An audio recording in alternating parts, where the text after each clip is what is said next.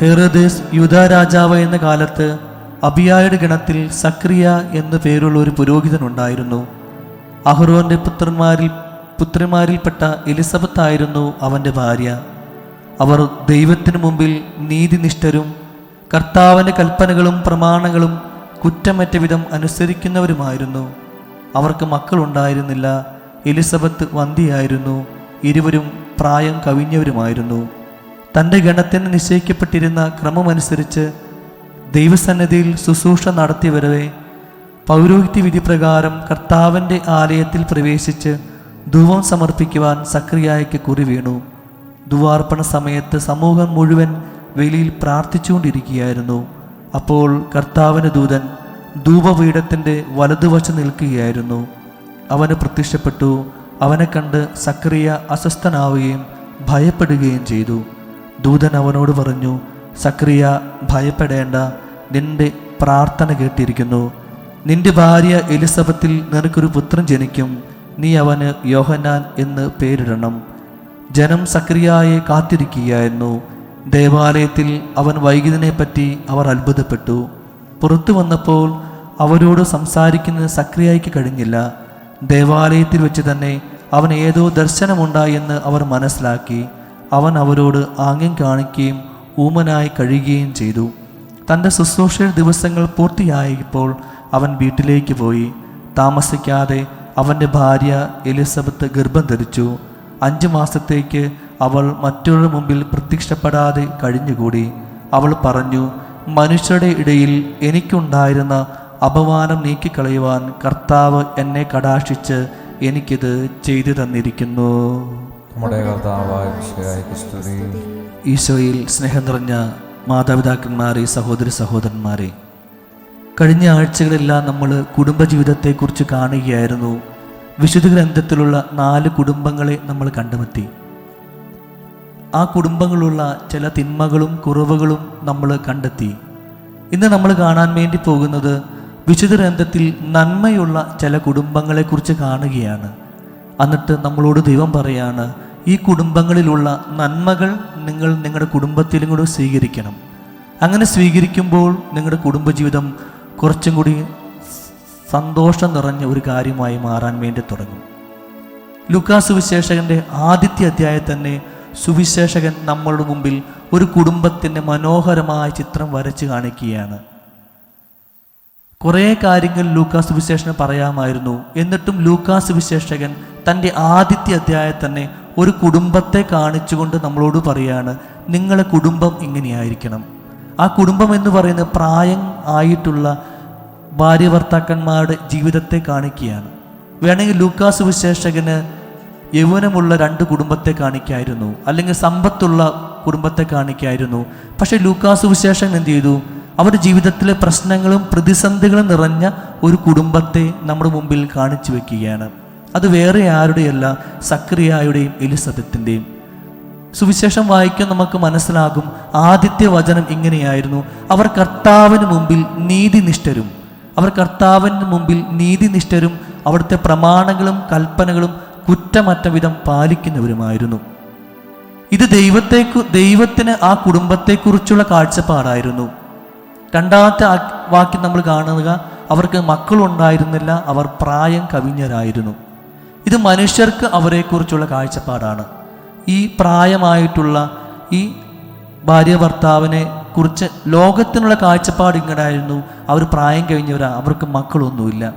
കഴിഞ്ഞ ദിവസം ഞാൻ ഇവിടെ സംസാരിക്കാൻ വേണ്ടി ഒരു ചെറിയ കൊച്ചു വന്നു. അപ്പോൾ കൊച്ചിനോട് ചോദിച്ചു, വീട്ടിൽ ആരൊക്കെയുണ്ട്, വീട്ടിലെ അവരുടെ ബന്ധങ്ങളൊക്കെ കുറിച്ച് സംസാരിച്ചു.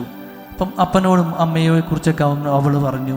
പുറത്തറിഞ്ഞ് ഞാൻ ചോദിച്ചു, വല്യപ്പനും വല്യമ്മയുണ്ട്, അച്ഛൻ അവരെക്കുറിച്ചൊന്നും പറയില്ല, അവർ ഭയങ്കര ടെററാണ്, അവരെപ്പോഴും നെഗറ്റീവ് മാത്രമേ പറയുള്ളൂ, അവരെ മുമ്പിൽ പെട്ടാൽ അവർ ഞങ്ങളെ ഉപദേശിച്ച് കൊന്നുകളയും.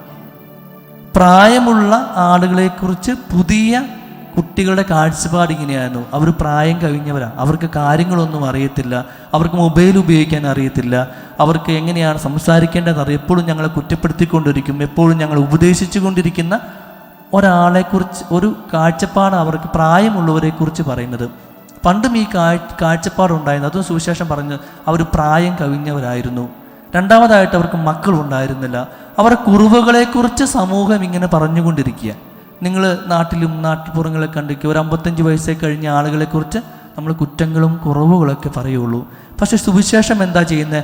ദൈവത്തിന് അങ്ങനെയുള്ള ആളുകളെക്കുറിച്ചുള്ള കാഴ്ചപ്പാട് പറയാം. അവർ ദൈവസന്നിധി നീതിനിഷ്ഠരായിരുന്നു, കർത്താവിൻ്റെ പ്രമാണങ്ങളും കൽപ്പനകളും പാലിക്കുന്നവരായിരുന്നു.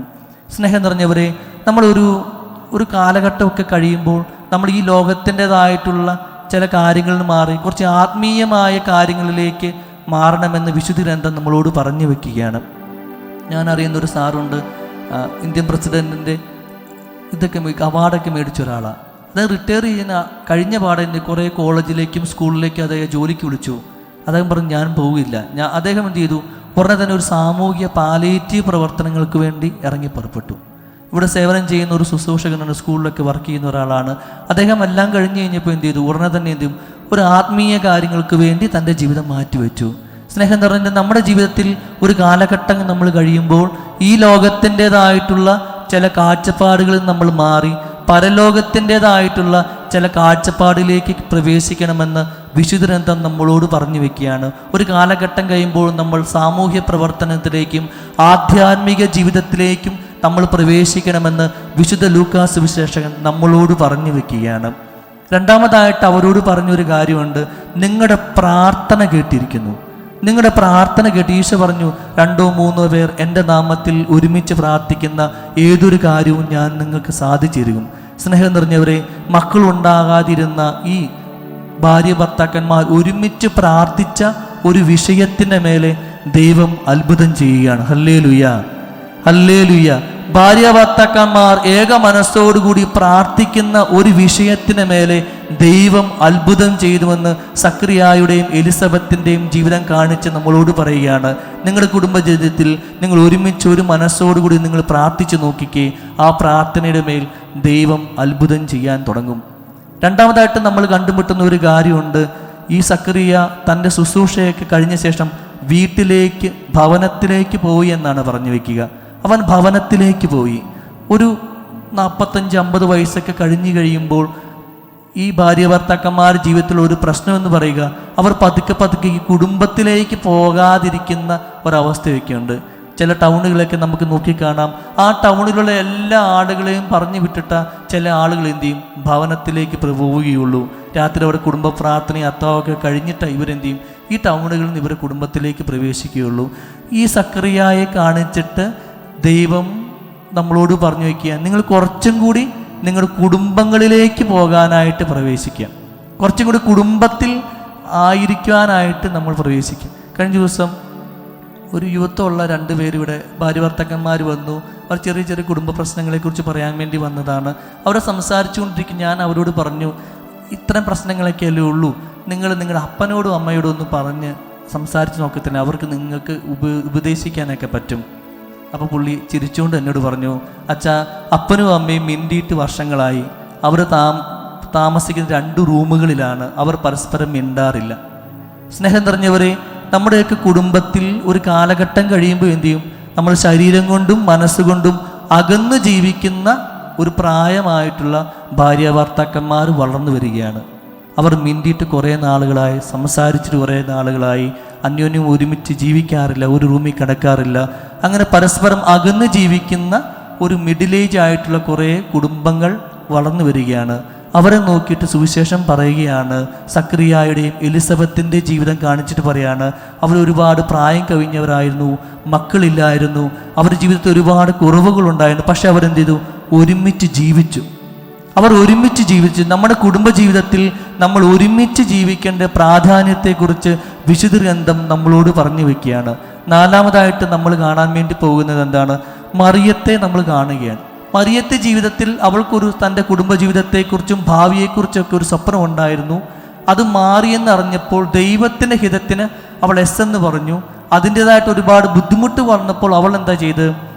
ഈ സക്രിയായുടെയും എലിസബത്തിൻ്റെ അടുത്തേക്ക് മറിയം പോയി എന്നാണ് സുവിശേഷം പറയുക. ഈ മറിയം യുവതിയായിരുന്ന 14 വയസ്സുണ്ടായിരുന്ന മറിയം തൻ്റെ ജീവിതത്തിൽ പ്രശ്നങ്ങളും പ്രതിസന്ധികളും വന്നപ്പോൾ അവൾ പോകുന്ന എങ്ങനെയാ? ഈ പ്രായമുള്ള ഈ സക്രിയായുടെയും എലിസബത്തിൻ്റെ അടുത്തേക്ക്.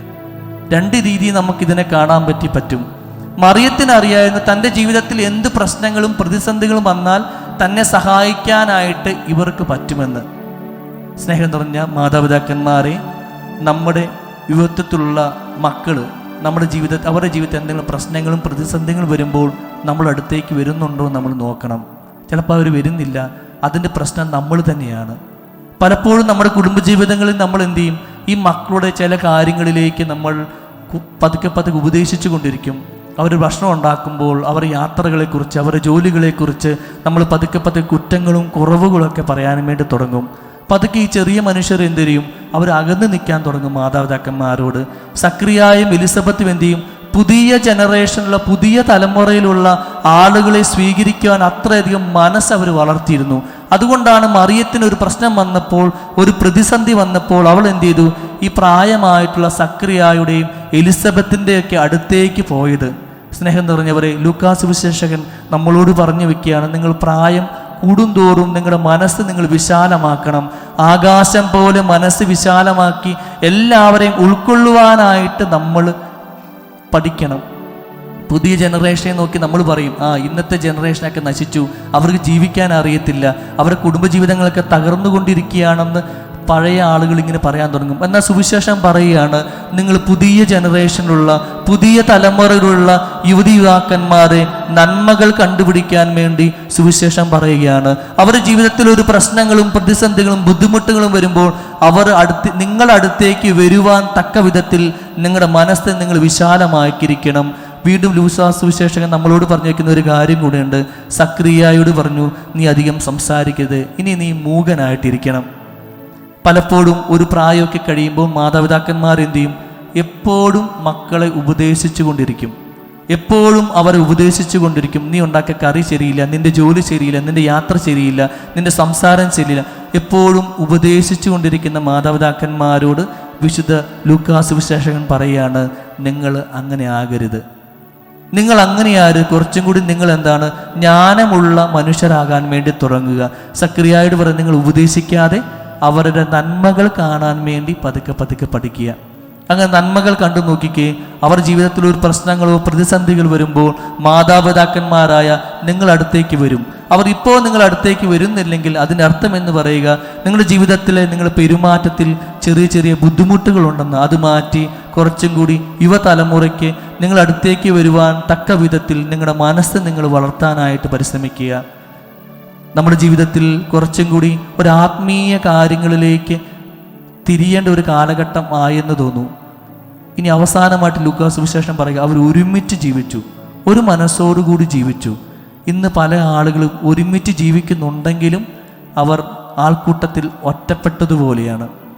ആൾക്കൂട്ടത്തിൽ ഒറ്റപ്പെട്ടതുപോലെയുള്ള ഒരുപാട് മനുഷ്യർ ഡിപ്രഷനിലേക്കും ഏകാന്തതയിലേക്കൊക്കെ ഒരുപാട് ആളുകൾ വളർന്നുകൊണ്ടിരിക്കുകയാണ്. സ്നേഹം നിറഞ്ഞവരെ, സുവിശേഷം നമ്മളോട് പറയുകയാണ്, നിങ്ങൾ കുടുംബജീവിതത്തിൻ്റെ ഐക്യത്തിലേക്ക് വരണം. എല്ലാ ദിവസവും ഒരു അരമണിക്കൂറെങ്കിലും നിങ്ങൾ കുടുംബത്തിൽ ഒരുമിച്ച് നിങ്ങൾ വർത്തമാനം പറയണം, ഒരുമിച്ച് നിങ്ങൾ ഭക്ഷണം കഴിക്കണം, ഒരുമിച്ച് നിങ്ങൾ പ്രാർത്ഥിക്കണം. ഈ 3 കാര്യങ്ങൾ വളരെ പ്രധാനപ്പെട്ട ഒരു കാര്യമാണ്. ഇന്ന് നമ്മുടെ കുടുംബജീവിതത്തിൽ പ്രാർത്ഥനാ ജീവിതം കുറഞ്ഞുപോയി, ഒരുമിച്ച് ഭക്ഷണം കുറഞ്ഞുപോയി, ഒരുമിച്ച് സംസാരം കുറഞ്ഞുപോയി, ആളുകളൊക്കെ ഇങ്ങനെ പല രീതിയിലായിക്കൊണ്ടിരിക്കുകയാണ്. ഇന്ന് സുവിശേഷകൻ നമ്മളോട് പറയാം, നിങ്ങളുടെ കുടുംബജീവിതം സക്രിയായുടെയും എലിസബത്തിൻ്റെയും കുടുംബം പോലെ ആയിരിക്കണം. നിങ്ങൾക്ക് കുറവുകളുണ്ടാവാം, നിങ്ങൾക്ക് ബലഹീനതകളുണ്ടാകാം, ആളുകൾ നിങ്ങളെക്കുറിച്ച് പല കാര്യങ്ങളും പറയുന്നുണ്ട്. പക്ഷേ നിങ്ങൾ കുടുംബത്തിൽ ഐക്യത്തോടെ ഇരിക്കണം. എന്ത് പ്രതിസന്ധി വന്നാലും എന്ത് പ്രശ്നങ്ങൾ വന്നാലും നിങ്ങൾ ഒറ്റക്കെട്ടായി ഒരു മനസ്സോടുകൂടി നിങ്ങളുടെ കുടുംബജീവിതം മുന്നോട്ട് കൊണ്ടുപോകണമെന്ന് സുവിശേഷകൻ നമ്മളോട് പറഞ്ഞു വെക്കുകയാണ്. പുതിയ തലമുറയ്ക്ക് ആവശ്യമായിട്ടുള്ള ആത്മീയമായ ഉപദേശങ്ങൾ നൽകുവാൻ തക്ക വിധം നിങ്ങളുടെ മനസ്സ് നിങ്ങൾ വർദ്ധിക്കണം. ഒരു കാലഘട്ടം കഴിയുമ്പോൾ കുറച്ചും കൂടി നമ്മൾ ആത്മീയമായ ജീവിതത്തിലേക്ക് അവർ ദൈവത്തിൻ്റെ കൽപ്പനകളും പ്രമാണങ്ങളും കുറ്റമറ്റ വിധം പാലിക്കുന്നവരായിരുന്നു.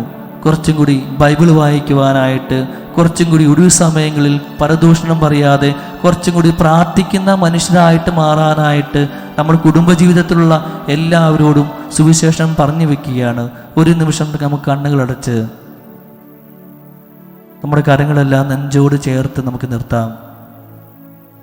നമ്മുടെ കുടുംബത്തെ മുഴുവൻ ഈ അൾത്താരയിൽ നമുക്ക് സമർപ്പിച്ച് പ്രാർത്ഥിക്കാം. സക്രിയായുടെയും എലിസബത്തിൻ്റെയും കുടുംബത്തെ പോലെ ആളുകൾ നോക്കിയിട്ട് നമ്മുടെ കുടുംബത്തെക്കുറിച്ച് പല കുറ്റങ്ങളും കുറവുകളൊക്കെ പറയുന്നുണ്ടാവാം. അവർക്ക് പ്രായമായി, മക്കളുണ്ടാവില്ല, അവർക്ക് സമ്പത്തില്ല, അവർക്ക് ഒരു ജോലിയൊന്നുമില്ല, നല്ല കുടുംബത്തിലൊന്നുമല്ല അവർ ജനിച്ചെന്ന് നമ്മുടെ കുടുംബത്തെക്കുറിച്ച് പല നെഗറ്റീവായിട്ടുള്ള കമൻറ്റുകളൊക്കെ പറയുന്നുണ്ടാവാം. പക്ഷേ നിങ്ങളെ കുടുംബങ്ങളെക്കുറിച്ച് ദൈവത്തിന് ഒരു നല്ലൊരു സ്വപ്നമുണ്ട്. നിങ്ങളെ കുടുംബങ്ങളെക്കുറിച്ച് ദൈവത്തിന് നല്ലൊരു അഭിപ്രായമുണ്ട്. അവർ ദൈവത്തിന് മുമ്പിൽ നീതിനിഷ്ഠരായിരുന്നു. ചിലപ്പോൾ നിങ്ങളെ കുടുംബങ്ങളെ നോക്കി ദൈവം പറയും, അവർ പ്രാർത്ഥിക്കുന്ന കുടുംബമാണ്, എന്ത് പ്രശ്നം ഉണ്ടായാലും പ്രതിസന്ധി ഉണ്ടായാലും എന്നിൽ അഭയം തേടുന്ന കുടുംബമാണ്, അവരെപ്പോഴും ഒരുമിച്ച് സന്തോഷത്തോട് ഒരുമിച്ച് ഭക്ഷണം കഴിക്കുന്നവരാ, ഒരുമിച്ച് പ്രാർത്ഥിക്കുന്നവരാണെന്ന നമ്മുടെ കുടുംബത്തെക്കുറിച്ച് ദൈവത്തിന് പറയാൻ തക്ക വിധം നമ്മുടെ കുടുംബം നമ്മൾ വളർത്തണം.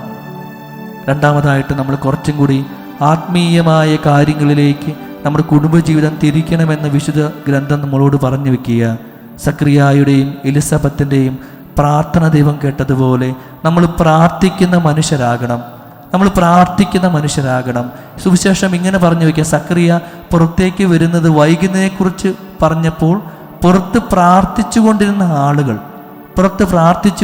ആളുകൾ നമ്മൾ പ്രാർത്ഥിക്കുന്ന ഒരു സമൂഹമായിട്ട് നമ്മൾ വളർന്നു വരുന്നവെന്ന് സുവിശേഷകൻ നമ്മളോട് പറയുക. നമ്മുടെ കുടുംബജീവിതത്തിലും വ്യക്തി ജീവിതമൊക്കെ പ്രാർത്ഥനയുടെ മനുഷ്യരായിട്ട് മാറണം. മൂന്നാമതായിട്ട് സുവിശേഷകൻ നമ്മളോട് പറഞ്ഞേക്കുക, പുതിയ തലമുറയ്ക്ക് വരാൻ പറ്റുന്ന രീതിയിൽ നമ്മുടെ മനസ്സ് വളർത്തണം. അവരുടെ ജീവിതത്തിൽ ചെറിയ പ്രശ്നങ്ങൾ വരുമ്പോൾ, അവരുടെ പ്രായത്തിൻ്റെതായ പ്രശ്നങ്ങൾ വരുമ്പോൾ, കുടുംബജീവിതത്തിനായ പ്രശ്നങ്ങൾ വരുമ്പോൾ, ആത്മീയമായ പ്രശ്നങ്ങൾ വരുമ്പോൾ, മക്കളെ വളർത്തുന്നതിനെക്കുറിച്ചുള്ള പ്രശ്നങ്ങൾ വരുമ്പോൾ നിങ്ങൾ അടുത്തേക്ക് വന്നിട്ട് ഉപദേശം തേടാൻ പറ്റുന്ന രീതിയിൽ നിങ്ങളുടെ മനസ്സ് നിങ്ങൾ വളർത്തണം. നാലാമതായിട്ട് ലൂക്കാ സുവിശേഷം പറയുക, നിങ്ങൾ കുറച്ചും കൂടി മറ്റുള്ള നന്മകൾ കാണാൻ വേണ്ടി പഠിക്കുക. കുറച്ചുകൂടി അവരുടെ നന്മകൾ കാണാൻ പഠിക്കുക. പലപ്പോഴും നമ്മുടെ കുടുംബജീവിതത്തിൽ നമ്മളിപ്പോഴും മക്കൾ വിവാഹം കഴിഞ്ഞ് വരുമ്പോൾ അവർ കുറ്റങ്ങളും കുറവുകളും ഒക്കെ നമ്മൾ പറയുക. അവർ കുറ്റങ്ങളും കുറവുകളും പറയാതെ അവർ നന്മകൾ പറയുന്ന നല്ലൊരു കുടുംബമായിട്ട് മാറാനുള്ള കൃപാവരത്തിന് വേണ്ടി നമുക്ക് പ്രാർത്ഥിക്കാം. ഈശോ നമ്മളെല്ലാവരെയും കുടുംബജീവിതത്തെ അനുഗ്രഹിക്കട്ടെ. പിതാവിൻ്റെയും പുത്രൻ്റെയും പരിശുദ്ധാത്മാവിൻ്റെയും നാമത്തിൽ